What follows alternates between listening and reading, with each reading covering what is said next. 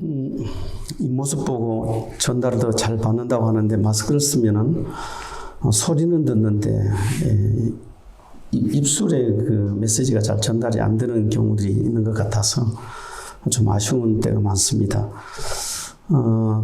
우리는 흔히 동지라는 말을 정치 세계에서나 어떤 사상계에서 많이 쓰는데 사실은 이 동지란 말이 우리들에게 해당되는 말이 아닌가 싶은 생각이 듭니다. 좋은 의미로요. 처음 와 뵀지만은 또 우리 목사님 자주 뵈신 분은 아닌데 그래도 박광일 목사를 통해서 늘 좋은 소식 듣고 있고 한국에 오셨을 때에 좀 죄송스럽게도 같이 도와드리지 못하는 좀 짐이 있지만 그래도 늘 마음에서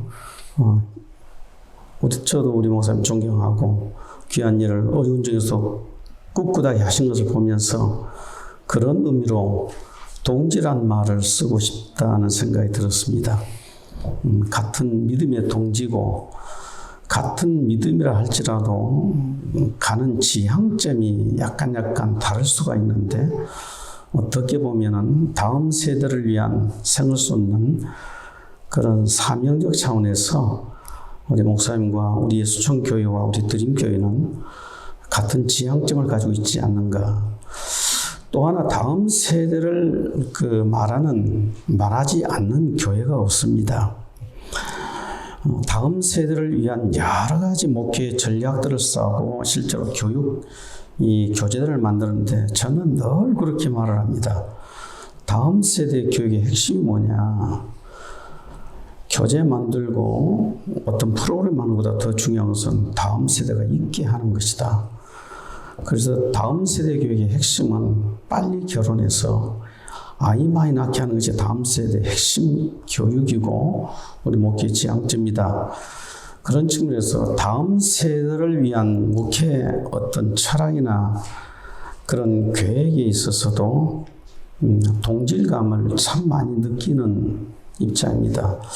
저도 제 며느리 처음 결혼을 허락할 때에 아이 5 나면은 내가 허락할게.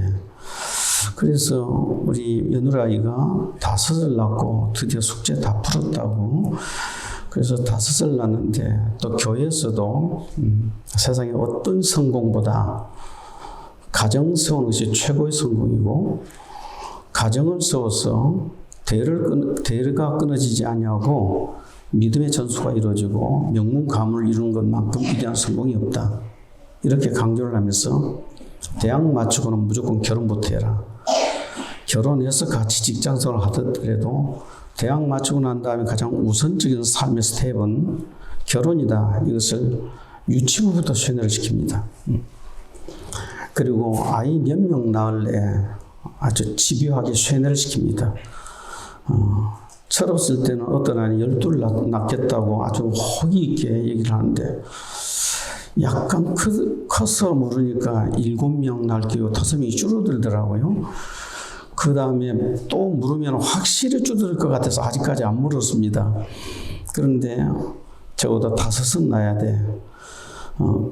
아무리 양보도 3은 낳아야 돼.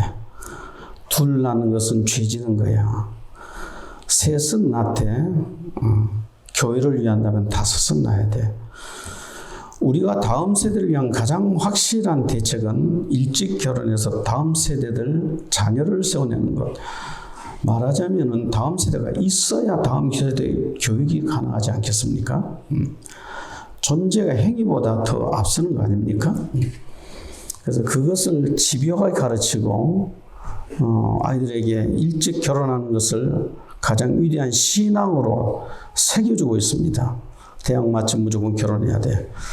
그래서 저희부터 본을 보여야 된다 생각해서 우리 박광일 목사가 대학교 4학년 때 결혼을 시켰습니다.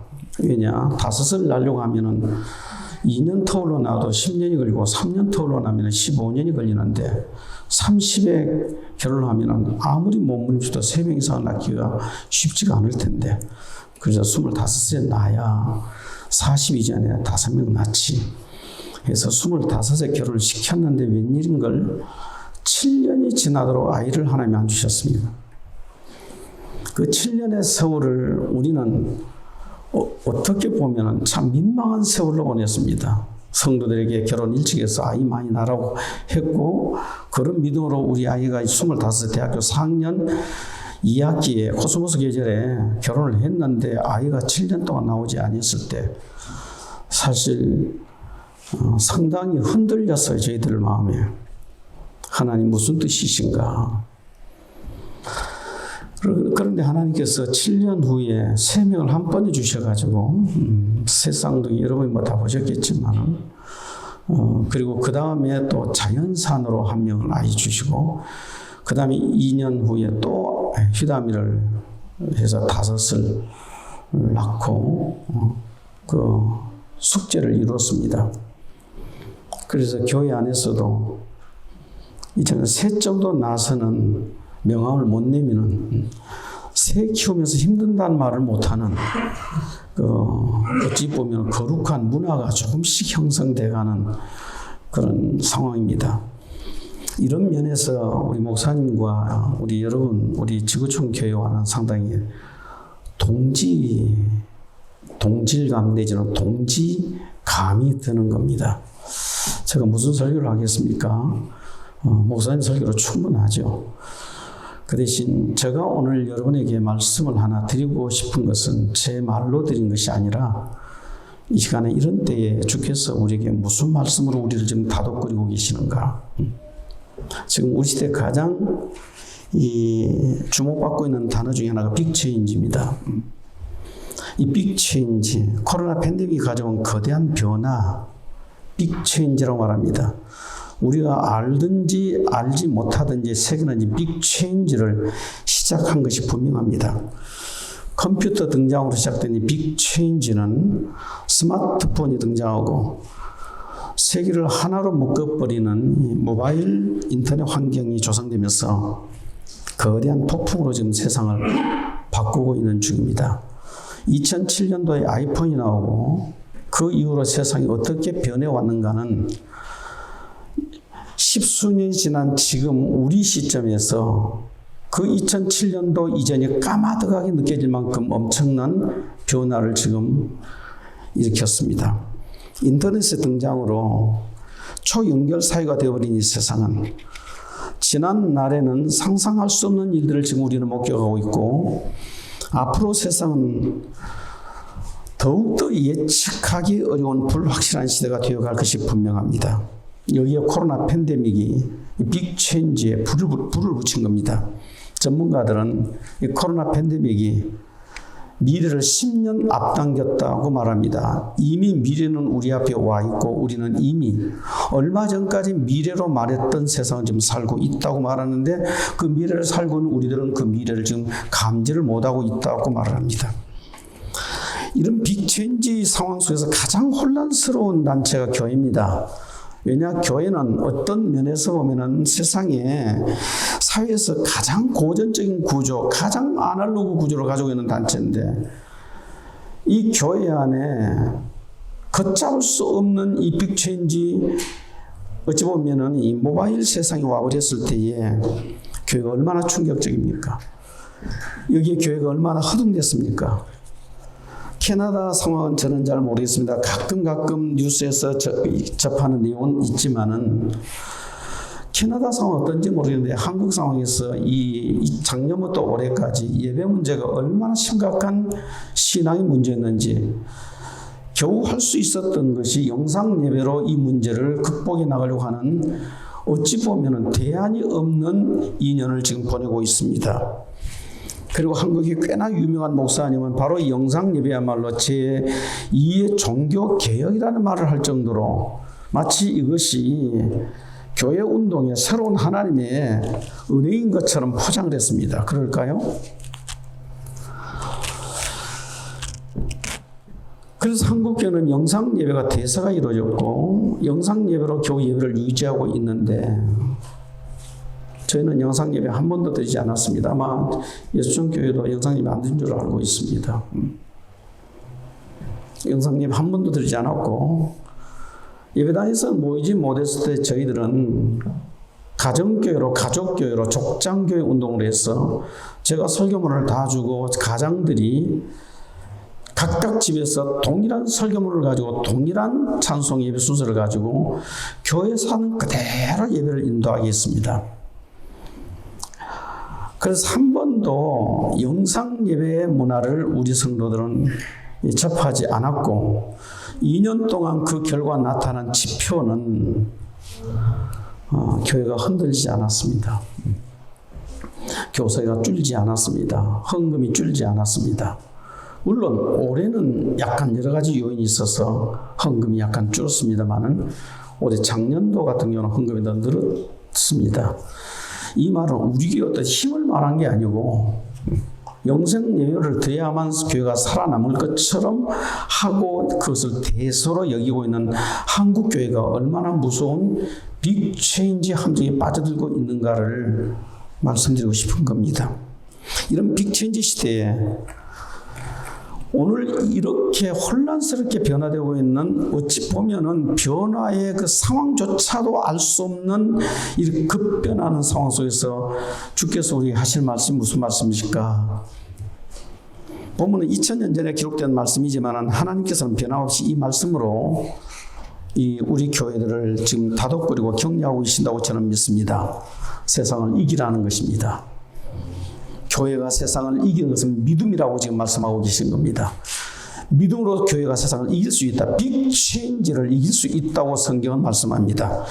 무릇 하나님께로서 난 자마다 세상을 이기느니라. 세상을 이기는 승리는 이것이 우리의 믿음이니라. 교회는 세상을 이기는 유일한 공동체입니다. 모든 세상의 이 조직이나 단체들은 세상의 부속물로 살아가겠지만 교회는 세상에 속한 단체가 아니어서 세상을 이깁니다. 저는 오늘 이 설교를 두 가지 맥락으로 준비했습니다. 하나는 도대체 우리가 이겨야 될 세상이 뭔가, 세상이 뭔가라는 측면에서 성경이 주시는 세상의 정체를 밝히고 싶고, 오늘 우리가 이겨야 될 세상의 정체는 지금 어떻게 나타났는가, 오늘 우리가 맞닥뜨리는 세상은 어떤 세상인가를 여러분에게 좀 소개하고 싶고요. 두 번째, 이런 세상을 이기는 비결은 무엇인가? 이미 성경에 다 나타나 있는 말씀이지만 오늘 이 시간에 여기에서 성령님께서 우리에게 또 우리 여러분들에게 주신 말씀으로 믿고 주의 말씀으로 증거하겠습니다. 세상을 이기는 승리는 이것이니 우리의 믿음이니라. 이 짤막한 말씀 속에 의미 있는 질문이 들어있습니다. 세상이 무엇이냐? 라는 질문이고, 세상을 이기는 믿음이 어떤 믿음이냐? 라는 질문입니다. 먼저 본문이 말하는 세상, 성경이 일관되게 보편적으로 말하는 세상이 뭔가? 세상을 성경에서는 코스모스라는 단어로 표현합니다. 신약 성경에 185번 이 코스모스라는 단어가 나옵니다. 그 중에 요한복음에서는 78회, 요한서신에서는 24회. 그러니까 사도 요한이 이 세상이라는 용어를 가장 많이 썼습니다. 아마도 사도 요한이 살았던 세상이 어떤 세상이었는지를 우리에게 나타내고 싶은 그런 의도였겠죠. 벌써 102번이나 세상이라는 용어를 코스모스라는 용어를 썼습니다. 그리고 사도 바울과 다른 서신서를 통해서 83회가 사용되었습니다. 이 코스모스는 하나는 물리적인 이 세상, 물리적인 우리가 바라보는 이 말 그대로 이 세상 만물을 의미하는 단어입니다. 그래서 하나님이 세상을 창조하셨을 때는 물리적인 이 만물, 세상을 창조하셨다. 이것은 선악 문제가 아닙니다. 하나님의 창조물 그대로입니다. 이것을 이기라는 말은 결코 아닙니다. 오히려 이 세상은 우리가 경작하고 하나님의 창조 원리대로 잘 가꿔야 될 사명이 있는 땅이지 이길 땅이 아닙니다. 그러고 보면은 여기서 말씀하시는 세상은 하나님이 창조하신 물리적인 세상을 말하는 것이 아니다라는 것입니다. 그러니까 이 세상은, 여기서 말하는 세상은 다른 세상을 말하고 있습니다. 이 다른 세상, 성경에서 말하는 또 다른 의미의 세상은 이 세상의 시스템을 얘기하는 거죠. 인간 세상, 인간들이 살아가는 타락한 피조물이 살아가는 삶의 방식들, 삶의 시스템 문화들을 얘기하는 거죠. 그런 의미에서 이 세상은 구원의 대상으로서의 세상은 아닙니다. 이 세상은 싸워서 이겨야 될 세상입니다. 물리적인 세상을 우리가 갖고 와야 될 세상이고, 이 세상 시스템은 우리가 이겨야 될 세상입니다. 마지막 세 번째 세상이 구원의 대상으로서 사람들을 얘기하는, 사람들을 두고 세상이다.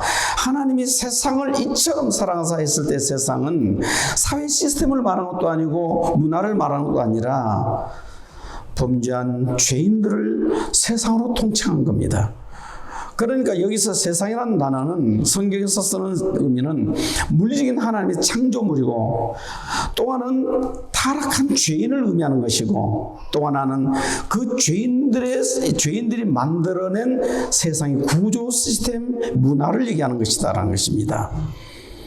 이 본문이 세상을 이기면 이것이니, 여기에서 이 세상은, 본문이 말하는 세상은 그런 의미에서는 이 세상 타락한 구조, 이 세상의 문화, 이 세상의 시스템, 이걸 말하는, 이런 세상은 죄가 가득한 세상이죠. 영적으로 보면은 이 세상은 사단의 영역 아래 있는 사단의 왕국입니다. 사단의 왕국을 싸워 이기라는 거죠. 그 속에 죄인들을, 세상을 건져내라는 거죠. 그리고 그 죄로 인해서 저주받은 이 땅을 하나님의 축복의 동산으로 만들어라는 얘기죠. 이 세상은 죄가 가득한 죄악 세상입니다. 저주받은 세상입니다. 사단이 지배하고는 악령의 세상입니다. 그러니까 세상을 살아가기가 고통스럽고 힘들죠. 이 세상을 살아가는데 그리스도인들이 편하다, 이상한 겁니다. 성경은 우리 그렇게 말하지 않습니다. 그리스도인들은 이 세상을 살아가기가 힘이 듭니다. 돈을 벌어도 힘이 들고, 돈을 못 벌어도 힘이 들고, 이 세상은 힘든 세상입니다. 치열한 영적 싸움이 있고요, 우리를 대적하는 원수가 있고요, 하나님의 뜻이 이루어지지 못하도록 강렬하게 방해하는 세력, 이 세상 전체 시스템 구조가 하나님의 뜻을 거스르는 구조로 만들어져 있습니다. 그리고 하나님의 뜻을 이루며 살아가려고 하는 경건한 그리스도인들을 아주 괴롭히고 극단적으로 핍박하는 곳이 이 세상입니다. 우리들이 하나님을 위하여 살려고 하면 할수록, 경건하게 살려고 하면 할수록 힘들어질 수밖에 없는 겁니다. 경건하고자 하는 자는 고난을 받는다는 말씀이 이 세상의 이야기입니다. 이 세상이 우리를 힘들게 하는 것은 지극히 정상적인 것입니다. 그리스도인들이 이 땅에서 고난을 받고 힘들고 시험을 만나고 고통스러운 것은 너무너무 당연한 것입니다. 이것을 피하려고 하지 말라는 것입니다. 너희가 세상에서 고난을 당할 때 너희는 담대하라. 환난할 때 담대하라. 내가 세상을 이겨노라. 이걸 피하는 것이 아니고 이것을 극복하고 이겨내라는 것이죠. 하나님께서는 우리가 살아가는 이 세상을 바르게 알기를 원하세요. 우리가 이 세상에서 복받고 부자 되는 것을 하나님은 원하신 분이 아니에요. 그렇다고 하나님이 청별을 예찬하는 분도 아닙니다. 물질은 선도 아니고 악도 아닙니다. 그것이 어떻게 사용되느냐가 중요한 거죠. 모든 것이 하나님께로도 왔는데 어느 것이 선하고 어느 것이 악하겠습니까? 하나님께로 온 것은 다 선한 거죠. 사람이 악하게 사용하는 거죠. 우리의 이 땅의 신앙생활의 목표는 부자 되고 잘 사는 것이 아닙니다. 고통 없이, 싸움도 없이 편안하게 사는 것이 우리의 목표가 되어서는 안 될 것입니다. 왜? 그렇다면 우리가 싸울 세상이 아니지 않습니까?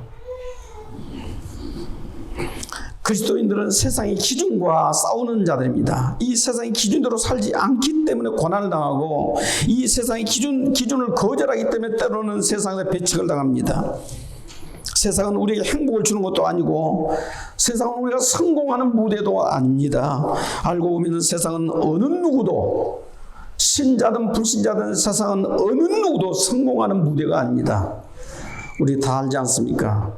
이 세상은 죽음으로 망하는 곳이라는 것, 사망하는 곳이라는 것. 세계 최대 부자가 앨런 머스크죠. 340조 개인 재산을 가지고 있습니다. 340조 돈을 가지고 있다 한들 그가 다이아몬드를 먹겠습니까? 황금을 먹고 살겠습니까? 그도 먹고 사는 것은 똑같은 햄버거 하나 먹고 하루 3끼 먹고요. 그도 똑같이 바이러스를 두려워하면서 마스크 쓰고 있고요. 알고 보면 그 모든 전부 숫자 장난입니다. 숫자에 불과한 것입니다. 진정한 성공은 숫자에 있지 않다는 모두가 고통스럽고 저주 속에 살다가 죽어가는 죽음의 땅입니다. 이 땅은 죽음의 땅입니다. 죽음의 공동묘지입니다. 이 사실을 알지 못하고 살아갈 뿐입니다. 조 바이든 미국 대통령이 대통령 취임 후에 10월까지 276일 중에 108일을 백악관에 살지 않고 자택이나 별장에서 보냈다고 말합니다. 기자들이 물었습니다. 왜 대통령께서 백악관을 탈출했습니까? 그때 바이든 대통령은 백악관은 금박 입힌 쇠장이다 이런 표현을 했습니다. 트럼프 전 대통령도 백악관은 엄청난 백색 감옥이다 라고 말을 했습니다. 오바마 대통령 부인 미셸 오바마는 백악관은 아주 좋은 감옥이다. 여러분, 세상의 가장 성공 무대의 정점이라고 한다면 백악관일 텐데 백악관에 들어가면 사람들이 입에서 터져나온 말들은 감옥이라고 말하는 거예요. 세상이 그런 것입니다. 그런 사실을 애써 숨기고 외면하면서 안 그런 척 허세부릴 뿐입니다. 우리가 살고 있는 세상이 그런 저주받은 땅이라는 것은 분명하지 않습니까? 다 죽습니다. 다 사망합니다. 확실한 것은 이 세상은 성공의 무대가 아니라는 것. 어디에서도 이 세상에서는 행복을 찾을 수 없다는 것입니다. 특히 오늘 저는 우리가 당면한 우리가 지금 마주치고 있는 세상은 어떤 세상인가? 2000년 전 세상과 4000년 전 세상과 6000년 전 세상과 하나님이 창조하신 코스모스 창조물로서의 세상은 여전합니다. 그리고 죄인인 구원받을 죄인도 여전합니다. 그런데 뭐가 달라지고 있습니까? 죄인들이 살아가는 이 창조물, 이 세상의 시스템이 지금 바꿔지고 있는 것입니다. 창조물 세상도 똑같고 죄인도 똑같은데 그 죄인의 살아가는 방식이 달라지고 있는 것입니다. 시대마다 죄인들이 살아가는 삶의 방식들이 여러 가지 문화로 달라지고 있습니다. 오늘 우리가 살아가는 세상의 정체, 죄인은 똑같습니다. 하나님이 창조하신 세상의 만물, 이 물리적인 코스모스도 똑같습니다. 뭐가 지금 변화되고 있는 것입니까? 세상 시스템이 변화되고 있는 거예요. 분명히 지금 21세기 세상은 한 번도 경험해보지 못한 세상을 지금 만들고 있는 중입니다. 이 세상을 요즘 용어로 메타버스라는 말로 표현하고 있습니다. 메타버스. 여러분 다 들은 얘기, 너무 보편적인 얘기가 되고 있습니다. 이 메타버스라는 용어가 나온 지가 그리 오래되지 않았는데 지금은 메타버스라는 용어를 빼버리면은 이야기가 안 되는 세상이 됐습니다. 메타버스 가상현실, 제3차원의 가상현실을 메타버스라는 말로 표현했습니다. 또는 디지털 세상입니다. 또 다른 말로 말하면 하나님이 창조하신 코스모스가 아닌 인간의 인공지능, 인간이 창조한 인간의 창조물 지구입니다. 그러니 여러분 보십시오. 하나님이 창조한 코스모스 안에 죄인들이 가상지구를 또다시 만드는 것입니다. 그리고 거기에서 살겠다고 지금 준비를 하고 있는 중입니다. 디지털 세상. 이것이 사실상 오늘 우리들의 말로는 디지털 세상 메타버스지만은 창세기 10장 11장 말씀으로 한다면 이것이 바벨탑입니다. 시대마다 나타난 바벨탑의 양상이 다 달랐습니다. 그러나 그 속에 흐르는 메시지는 똑같습니다. 나타난 그림이 달랐을 뿐입니다. 니무롯은 하늘의 꼭대기를 닿게 할 만큼 탑을 세웠습니다. 거기에 내용이 무엇입니까? 우리 이름을 내자, 흩어짐을 면하자, 하나님을 대적하여서 스스로 신이 되려고 하는 자기 신격화 운동의 표현이 바벨탑 운동 아닙니까? 그 신격화 운동은 역사적으로 끊임없이 제국 운동으로 나타나면서 느부갓네살을 통해서 메데파스의 이 왕들을 통해서, 헬라의 알렉산더를 통해서, 로마의 황제들을 통해서, 그리고 시대마다 나타나는 여러 이 독재자들을 통해서 신격화 운동을 끊임없이 바벨탑 운동으로 이루어오고 있었습니다. 결국 그 바벨탑 운동의 핵심은 신이 되려고 하는 것입니다. 그 신이 되고자 하는 이 야망은 사실 사단이 창세기 3장에서 하와와 아담에게 뿌려놓은 사단의 교리 아닙니까? 너 하나님이 될 수 있다는 것입니다. 이 메타버스 세상이 오늘 우리가 이겨야 될, 맞닥뜨리고 싸워야 될 오늘 우리들의 세상으로 지금 거대하게 다가오고 있는 중이라는 거죠. 그러나 그 메타버스라는 내용도 사실 알고 보면은 하나님이 창조하신 지구를 파괴하고 그것을 인정하지 않고, 그 하나님이 창조하신 이 세상 속에서는 아무리 발버둥 쳐도 죽음을 면할 수 없고 저주를 면할 수 없으니까, 죽음을 면하고 저주를 면할 수 있는 가상 지구, 우리들의 세상 메타버스, 우리들의 낙원을 만들자고 디지털 세상을 지금 만들고 있는 중입니다. 인공지능이라는 것을 가지고 말입니다. 아무리 모양은 그렇다 할지라도 핵심 내용은 자기 이름을 내고 하나님을 대적하면서 궁극적으로는 신이 되려고 하는 의도죠. 이것을 히브리학교 역사학자 유발 하라리는 호모 데우스라는 말로 표현을 했습니다. 인간신이다.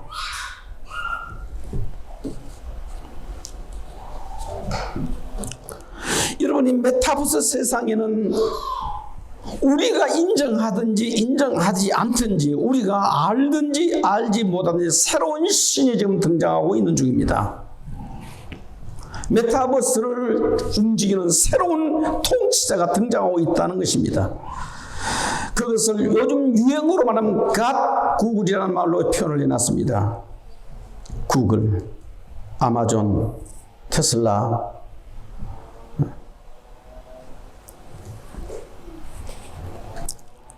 애플, 스타벅스, 전부 여러분, 그 기업들의 공통된 내용이 뭔지 아십니까? 빅데이터입니다. 정보를 쥐고 있는 것입니다. 이 가상현실 메타버스의 신은 데이터입니다.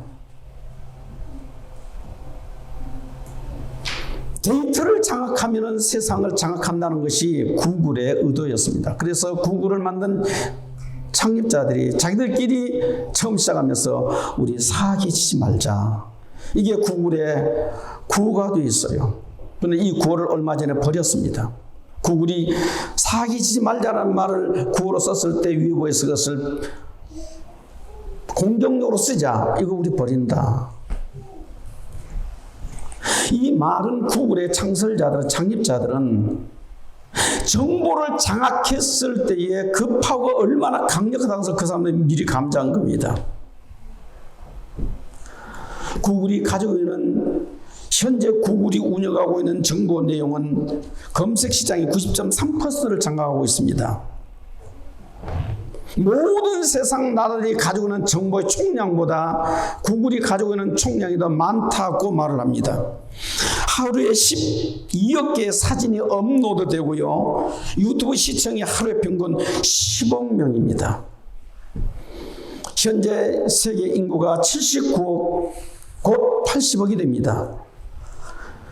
그 중에 구글이 장악하고 있는 유튜브 시청률이 하루에 말입니다, 10억 시간.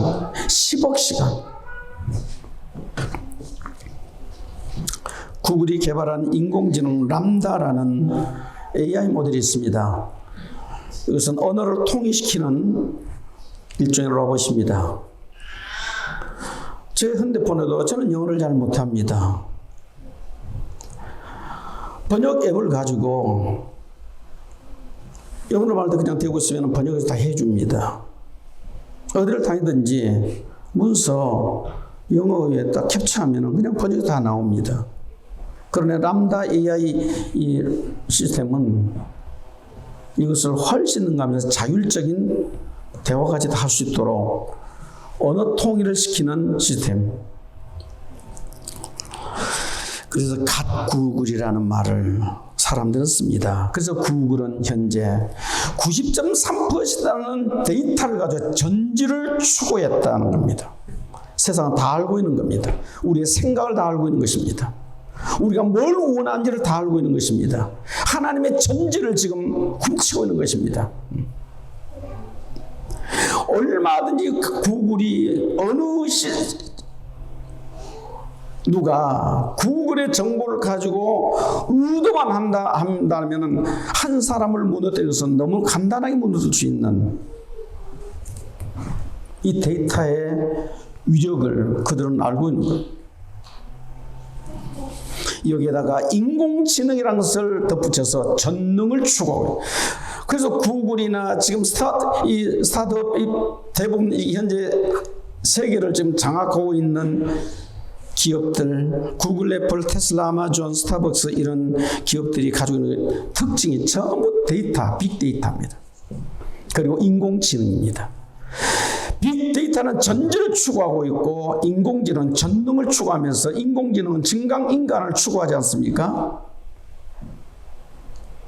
인간의 저주스러움을 과학의 힘으로 극복하자는 것입니다. 레이먼드 커즈와일이 2005년도에 특이점이 온다는 책을 썼죠. 2045년도가 되면은 특이점 시대가 될 것이라는 말을 아주 담대하게 했습니다. 특별히 지금 5G가 중국과 한국과 미국을 통해서 상용하는 우리 한국이 좀 어쩌면 선점하다 했지만 기술 능력은 그리 크지 않은 것 같습니다. 그러나 중국이 화웨이가 5G 이 시스템을 가지고 미국과 경쟁하려고 했을 때 미국이 건드린 걸로 알고 있는데, 미국이 지금 구글에서나 미국 국가정보, 그 다음 중국 국가정보 그쪽에서 다룬 것이 6G와 7G입니다. 6G는 우리가 지금 쓰고 있는 4G의 100배의 이 연산 능력을 가지고 있습니다. 그런데 2040년도가 되면 1000배로 늘어난다고 합니다. 지금 이 능력이 얼마나 5G, 현재 5G 이것이 어느 정도 연산 능력이니 상당히 이 질 좋은 영화 한 편을 2인 내지 3초 만에 다 다운로드 해버립니다. 이 연상 능력은 뭘 의미하는 것이냐? 컴퓨터의 인간화를 재촉하는 것입니다. 결국 연산 능력이 확률을 높이니까요. 그런데 6G에 7G 가면 우주 초연결이 이루어지면서 말 그대로 무소부재라는, 하나님의 무소부재를 도둑질하는 겁니다.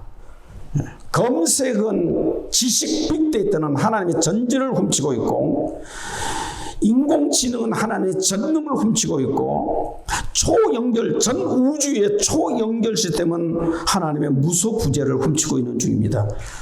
그래서 지금 우주에 초연결망을 지금 만들고 있는 중이지 않습니까?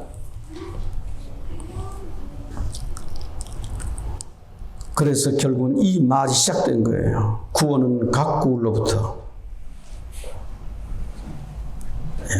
구글이 우리의 인생의 삶의 문제를 해결한다.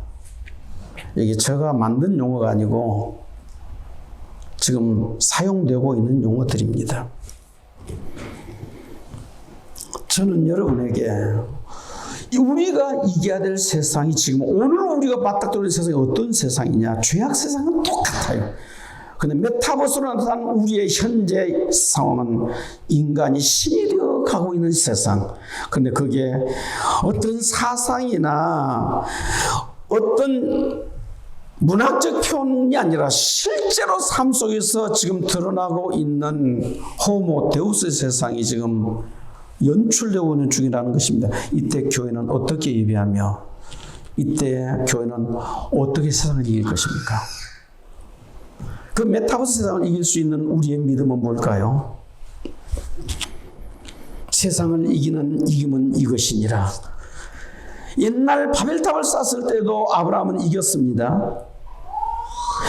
온갖 제국, 바벨론, 메데파사, 헬라, 로마, 열국시대 모든 제국들이 전지와 전능을 추구하면서 세상을 통치하는 그때에도 교회는 그들을 이겼습니다. 지금은 어떤 한 개인이 독재로 나타나서 온 세상을 다스린다는 건 불가능한 일입니다. 지금 나타나는 세상 메타버스로 사람들을 전부 묶어버리고 세상을 전부 그렇게 묶어가고 있는 이전에 한 번도 드러나지 않았던 아주 신기한 세상이 지금 시작되고 있는 중입니다. 하나님은 이 세상에서도 교회는 이긴다고 말씀합니다. 교회는 이긴다. 세상을 이기는 이김은 이것이니 메타버스 세상도 교회는 이긴다. 메타버스 세상을 이기는 유일한 단체는 교회입니다. 교회는 뭘로 이길까요? 인공지능을 더 발달해서 이길까요? 그것은 레드오션이죠. 불가능한 싸움입니다. 구글을 능가할 지식을 교회는 갖추지 못합니다. 구글 본사 안에 한 중앙에 새카만 블랙하우스가 있다고 저는 사진으로만 봤는데 거기서 지금 무슨 프로젝트가 진행되고 있는지 사람들은 모른다고 그렇게 말을 합니다. 그것이 뭘 하고 있는지 사람들은 아직 알지 못한다. 그 초점은 레이먼드 커즈와일이 그 구글 엔지니어링 이사인데 그분이 본래 구글 사람이 아닙니다. 그 커즈와일의 목표는 인간의 노화를 막고 죽음을 어떻게 극복할 것인가 두 가지 방법으로 했어요. 하나는 복제라는 방식으로 죽음을 극복해보자. 또 하나는 생물학적 방식으로 복제라는 것으로 두 번째로는 이 죽음과 노화를 복제하는 것이 우리의 기억을 디지털화해서 인공지능 방식으로 우리 육체는 죽어도 우리의 의식과 이 기억과 추억을 되살려서 이것을 디지털화해서 영생을 추구하다. 이 두 가지 방식으로 그것을 모색하고 있는 중인데 초점은 그것입니다. 생명공학입니다. 생명공학. 어쨌든 사람의 생명 문제를 과학의 힘으로 죽음 문제를 극복해서 영원히 영생을 추구해보자 하는 것입니다. 이런 세상을 우리는 어떻게 이길 것인가? 전쟁터에서 가장 중요한 것은 이기는 것입니다. 전쟁터에서 지는 것은 죽음을 말하기 때문에 이기는 자는 살고 지는 자는 죽는 것입니다. 이길 것이냐 질 것이냐 이것은 사느냐 죽느냐 문제입니다. 우리들의 현실입니다. 우리가 메타버스의 전지와 데이터, 빅데이터나 이런 가상현실의 시스템을 우리가 이기자는 말이 아닙니다. 이것은 우리가 이길 수 있는 대상이 아닙니다. 그런데 하나님께서는 이걸 이길 수 있는 길을 우리에게 주셨어요. 메타버스 세상 속에서 우리가 살아남고 오히려 그 세상을 이길 수 있는 하나님의 방법이 성경에는 있습니다. 아주 오래전에 말씀해 놓으셨어요. 이 영적 싸움에서 타협은 있을 수 없습니다. 적당한 메타버스를 가지고 영상 예배를 통해서 우리가 예배를 유지하고 믿음을 유지하자. 여러분 가능한 일입니까? 지난 트럼프 대통령 재임 시에 막판에 바이든 대통령과 선거에서 진 후에 페이스북에서 트럼프 대통령 페이스북을 막아버렸지 않습니까? 현직 대통령 페이스북도 막아버렸다 꼼짝 못했습니다. 여러분 영상 예배 아무리 들고 아무리 준비만 해도 정기에 한 번 나가면 끝나는 겁니다. 이것이 얼마나 종속된 일인가 하는 것이죠. 그래서 영상 예배하면 안 된다는 것입니다. 그것은 종속으로 간다는 것입니다. 종속된다는 것입니다. 그리고 예배는 인격적 만남의 인격적인 인카네이션의 일인데 영상 예배를 어떻게 인격적 예배가 가능하겠습니까? 한국에서 영상 예배가 시작되자 세 가지가 파괴됐다고 합니다. 예배 시간 파괴되고 예배 장소 파괴되고 그 다음에 내 교회가 파괴됐대요. 영상 예배 들고 난 다음에는 스타 목사님 설교를 듣고 있는 거예요. 이게 종교 개혁이라는 말을 한다면 이건 너무 우스운 얘기입니다. 그것은 교회가 세상에 종속되는 기림이 아주 분명합니다. 성도는 이런 메타버스 세상 속에서 이깁니다. 이길 수 있는 절대적인 무기를 하나님이 우리에게 주셨어요. 그 절대적인 무기가 성경이지 않습니까? 그리고 이 성경을 믿는 믿음이라고 오늘 말합니다. 믿음이 세상을 이긴다. 믿는 자는 반드시 이긴다. 말씀 믿고 사는 사람들이 이긴다는 것입니다. 여러분 성경이 기록된 이 일에 지금 3,500년이 지났지만은 단 한 번도 성경은 업로드 시킨 일이 없습니다. 한 번도 수정 보완을 한 일이 없습니다. 성경은 한 번도 수정한 일이 없고 업로드 시킨 일이 없어요. 세상의 지식들은 계속 업로드 시키죠. 3,500년 동안 한 번도 변하면 성경이 왜 그렇게 했습니까? 이게 진리니까. 영원하신 하나님의 말씀이시니까. 세상은 변해도 이것은 변하지 않은 것이니까 변하지 않는 말씀을 붙드는 그가 세상 이기지 않겠습니까? 변하지 않는 것이 변하면서 이기는 법입니다. 오늘 보면은 이기느니라 라고 말합니다. 세상을 이기면 이것이니 우리의 믿음이라. 이긴다, 이기느니라. 이 현재로 계속 이긴다는 뜻입니다. 근데 이겨라라고 말하지 않습니다. 너희 세상 꼭 이겨야 돼. 요한계시록에서는 이기라고 말씀하십니다. 그런데 오늘 본문에서는 이기느니라고 말씀합니다. 이 말은 무슨 말? 약속으로 주신 거예요. 우리는 이긴다고 약속해 주신 거예요. 이것도 믿으시기를 바랍니다. 우리는 반드시 이기게 된다는 것입니다. 성도는 이길 수밖에 없다는 표현이죠. 도대체 믿음이 무엇이기에 세상을 이깁니까?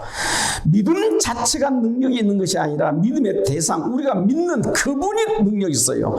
그래서 오늘 본문에는 단순하게 말씀합니다. 예수님이 그리스도인 것을 믿는 자마다 세상이 이긴다.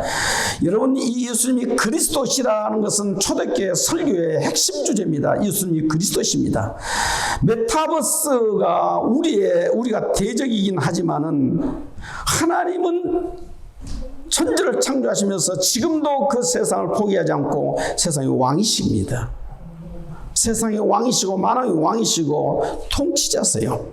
예수께서 그리스도임을 믿는 자는 세상을 이긴다고 말씀해요. 예수님이 그리스도이시다. 이것이 복음의 핵심이고 우리의 믿음의 내용 아닙니까? 예수님이 그리스도라는 말씀을 하시면서 성경에서 나타내 주시는 이 권세에 대해서는 예수님은 스스로 하늘과 땅의 모든 것을 가졌다고 말씀합니다. 메타버스를 이기는 권세를 주님이 가지고 계세요. 가상현실은 실제가 아닙니다. 예수님의 권세는 모든 이름 위에 뛰어난 이름을 지닌 권세입니다. 예수님의 권세는 하늘에 있는 자들과 땅에 있는 자들과 땅 아래에 있는 모든 자들이 무릎을 꿇는 권세입니다. 메타버스가 예수님 이름 앞에 나중에 결코 정하지 못할 것이고 무릎을 꿇게 된다는 것입니다. 구글이 무릎을 꿇게 된다는 것입니다. 구글은 무너져도 아마존은 무너져도 하나님 나라 교회는 무너지지 않는다는 것입니다. 왜냐? 교회의 주인이 예수 그리스도시니까. 교회의 왕이 예수님이시니까. 예수님의 권세는 모든 피조물이 주님으로 시인하고 복종하는 권세입니다. 만왕의 왕이요 만주의 주님이신 예수님을 믿는 이 믿음, 이 단순한 이 믿음이 메타버스를 이긴다고 오늘 본문은 우리에게 말합니다. 하나님이 우리 편이신데 누가 우리를 대적하며 독생자를 예수님을 아끼지 아니하시고 우리에게 주셨는데 누가 무엇이 부족하겠으며, 하나님께서 택하신 자를 누가 고발하며 하나님께서 의롭다 하신 자를 누가 정죄하겠습니까? 누가 심판하겠습니까? 우리를 위하여 죽으시고 살아나신 분은 예수 그리스도신데 예수님이 내 주님이신데 누가 우리를 그 사랑에서 빼앗을 수 있겠습니까? 혼란이나 공고나 박해나 기근이나 적신이나 위험이나 칼이나 현재이나 장래지나 우리를 사랑하시는 하나님의 사랑 안에서 우리를 끊을 자가, 빼앗을 자가 아무것도 없습니다. 결론은 세상은 우리를 이기지 못한다는 것입니다. 이것을 믿으라는 것입니다. 이것을 믿는 자는 결코 세상에 복종하지 않는다는 것입니다. 우리는 확신합니다. 죽음도 생명도 천사도 권세자들도 어떤 피조물도 그리스도 안에 있는 하나님의 사랑에서 우리를 끊을 자가 없습니다. 이 모든 것은 주님이 우리의 주인이시라는 확신. 세상이 우리의 주인이 아니고, 요즘 기업들이나 사회에서 메타버스를 타고 가지 않으면 낙오된다는 말을 합니다. 그래서 교회에서도 메타버스를 타고 주일학교 가자는 책을 써내고, 그 내용들을 훑어보니 참 그 메타버스 타고 주일학교 가려고 하면 엄청 피곤하겠다. 그 준비하느라고 교육자들 머리 새겠다. 그런 생각이 들었습니다. 여기에 저는 여러분 구체적인 얘기로 예수님이 우리 주님이시고 하나님이 우리를 창조하시고 우리를 만드시고 우리를 여기까지 있게 하셨다면 예수님이 주인이시는 믿음을 우리는 어떻게 나타내야 될까? 말씀을 우리는 믿고 예수님이 주님이심을 믿습니다. 근데 그 예수님이 우리에게 지금 뭐라고 하시는가? 메타버스를 어떻게 일하고 하시는가? 아주 단순합니다. 창세기 2장의 가정입니다. 가정을 세우면은 메타버스 이긴다. 가정이 메타버스입니다. 그래서 가정교회가 경고한 교회는 메타버스의 유혹을 다 이겨냈습니다. 저희 교회도 그것으로 이겼습니다. 가정이, 신앙의 가정이 이루어진 그 가정 공동체는 어떤 핍박도 다 이겨냅니다. 어떤 사회 문화도 다 이겨냅니다. 예수님 믿는 가정은 메타버스 시스템을 이겨낸다는 것이죠. 가상현실을 이겨낸다는 것이죠. 그리고 결국은 저는 확신합니다. 인간은 떡으로만 살 수 있는 존재가 아니에요. 인간은 기도 아니고 짐승도 아닙니다. 인간은 하나님의 형상이기 때문에 사람과 사람의 만남이 없이는 나중에 다 정신병듭니다. 메타버스 속에 사람은 쾌락을 얻을지 모르겠습니다. 잠깐 성공의 무대를, 화려한 무대를 경험할 수는 있을 것입니다. 그러나 인간의 본능인, 사람의 본능인, 혼자 하면은 독창으로 좋지 못하다는 이 가정의 공동체의 욕구는 절대로 지울 수가 없습니다. 결국은 나중에 많은 영혼들이 가정이 있는 교회로 다 돌아온다는 거예요. 지치고 지친 영혼들이 가정이 있고 사람 냄새가 나는 교회로 다 돌아올 거라는 것입니다. 지금은 그렇게 같지만은 언젠가는 가정이 건강한 교회로 다 돌아오게 될 것이라는 것입니다. 그런데 지금 많은 교회들이 가정이 파괴되어 있습니다. 이혼한 가정들도 많고요. 저희 교회에서 애타게 부르짖는 것이 앞으로 10년 동안 우리 청년들이 믿음으로 이겨야 될 내용이 결혼해야 된다. 골든타임 10년 정도밖에 안 남았다. 2030년도가 지나가면 1차 결혼 대상자가 없어질 것이다. 그리고 믿음의 결혼 대상자는 더더욱 없어질 것이다. 그래서 가정 세우자. 가정 세우는 교회가 결국은 이긴다. 그렇게 저는 확신합니다. 우리 예수전 교회 믿음으로 세상을 이기는데 가정을 세우는 믿음으로 메타버스 세상을 이기는 승리하는 교회 되시기를 바랍니다.